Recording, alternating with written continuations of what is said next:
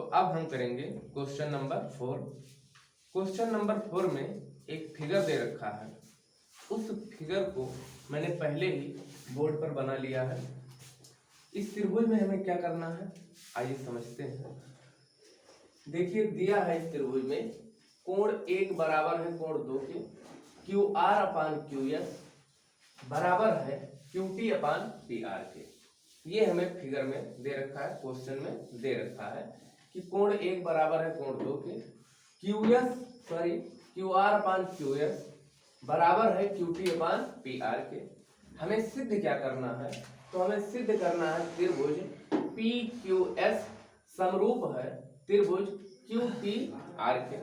आइए देखते हैं त्रिभुज फिगर में कहाँ दे रखा है। तो ये है त्रिभुज,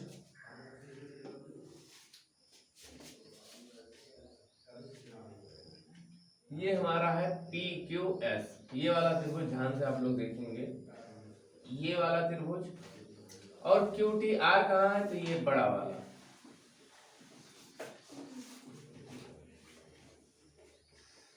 ध्यान से देखेंगे आप लोग तो दिखेगा आपको कि ये त्रिभुज है पी क्यू एस, और ये बड़ा वाला जो त्रिभुज है वो है क्यू टी आर।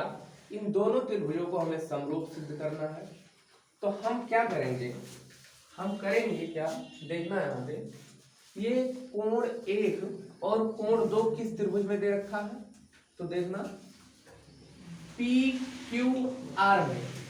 कौन से त्रिभुज में, पी क्यू आर में ये कोण 1 और कोण 2 दे रखा है। तो हम करेंगे क्या, यही त्रिभुज लेते हैं, त्रिभुज, यहां आप प्रूफ लिख लें। प्रूफ क्या करेंगे,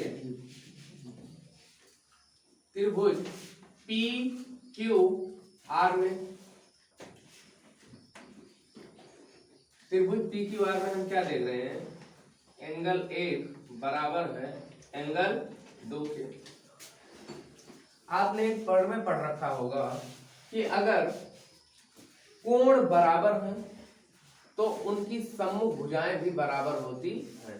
फिर से सुनना, अगर किसी त्रिभुज के दो कोण बराबर हो, या किसी त्रिभुज या चतुर्भुज के, सब जगह नियम अप्लाई है, अगर कोई दो कोण बराबर है तो उनकी सम्मुख भुजाएं भी बराबर होती हैं। कोण 1 बराबर है कोण 2 के।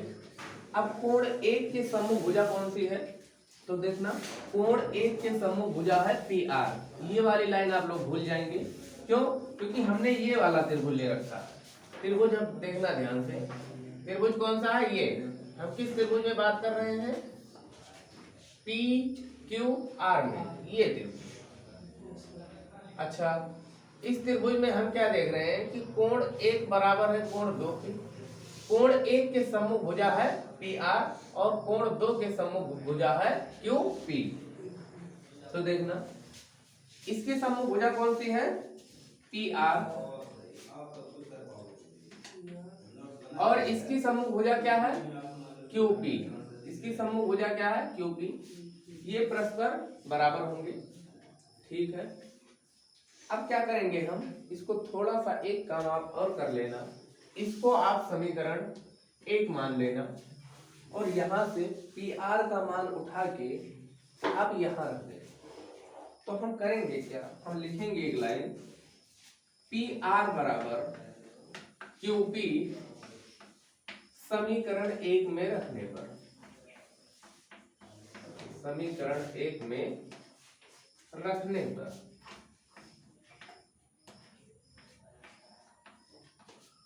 ठीक है।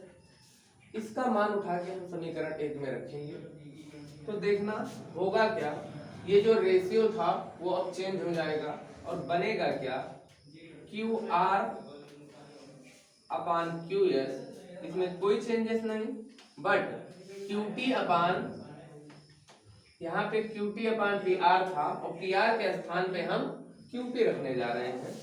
तो यहाँ पे रखेंगे क्या, क्यू पी। इतनी बात समझ आई।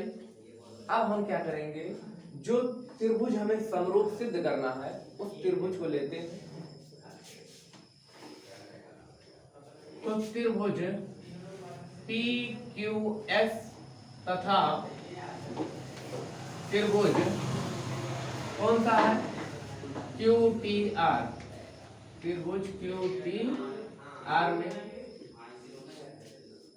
इसमें हम क्या करते हैं देखना, इस दोनों त्रिभुज को ध्यान से अगर हम देखेंगे तो इसमें क्या मिलेगा हमें, इस एंगल एक को देखो आप, ये त्रिभुज पी क्यू पी एस या इसी को आप पी क्यू एस भी बोलते हैं, ये त्रिभुज ध्यान से देखना, ये है पी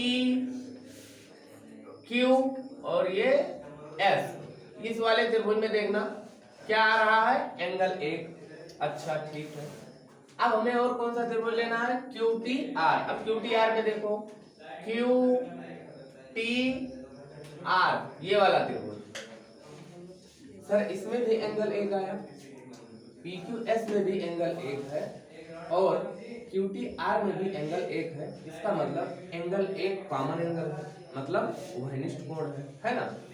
अच्छा तो हम इस चीज को लिख लेते हैं कि एंगल एक बराबर है एंगल एक के, क्यों बोल पा रहे हैं ऐसा, उभयनिष्ठ कोण।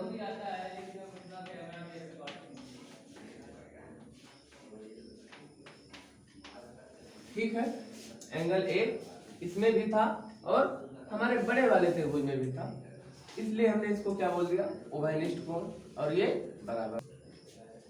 देखना एंगल एक बराबर हो गया एंगल एक के, ठीक है, और हमें क्या दे रखा है, अभी अभी हमने ये रेशियो निकाला है, सॉरी यहाँ पे आर नहीं, यहाँ पे क्या होना चाहिए, एस, यहाँ पे होगा क्या, एस, देखिए क्यू आर अपान में क्यू एस लिखा था, ठीक है। अच्छा हमें ये दे रखा है उभयनिष्ठ कोण, और हम अभी अभी इसको सिद्ध कर चुके हैं, ठीक है, तो हम क्या लिखेंगे, क्यू आर अपान में Q S equal Q T upon में Q P, Q T upon में क्यू टी, ठीक है। ये हम कैसे लिख पा रहे हैं, तो ये उपरोक्त से, कहां से, उपरोक्त से,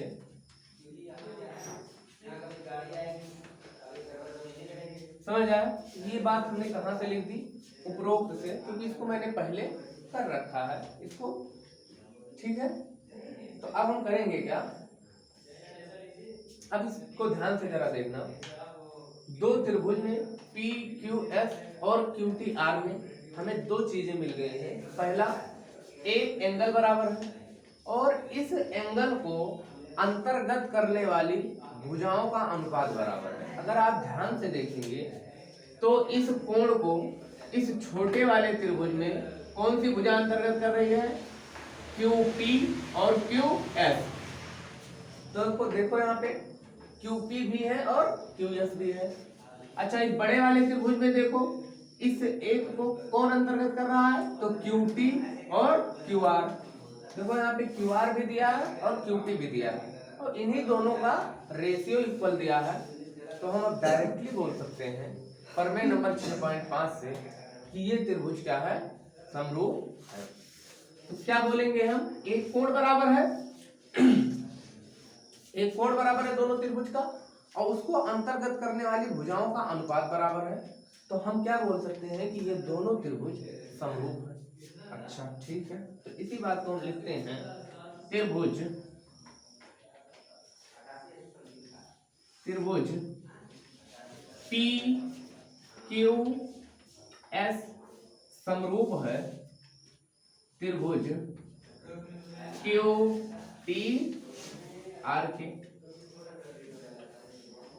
किस नियम से सब समरूप है ये, तो प्रमेय नंबर 6.5 से। अच्छा प्रमेय नंबर 6.5 में है क्या, प्रमेय नंबर 6.5 में यही था कि एक कोण और उनको अंतर्गत करने वाली भुजाओं का अनुपात अगर बराबर हो तो वो दोनों त्रिभुज परस्पर समरूप होते हैं। उस नियम को क्या बोलते हैं, एस ए एस, क्या बोलते हैं, S A S, S A S, समरूपता कसौटी से, समरूपता कसौटी से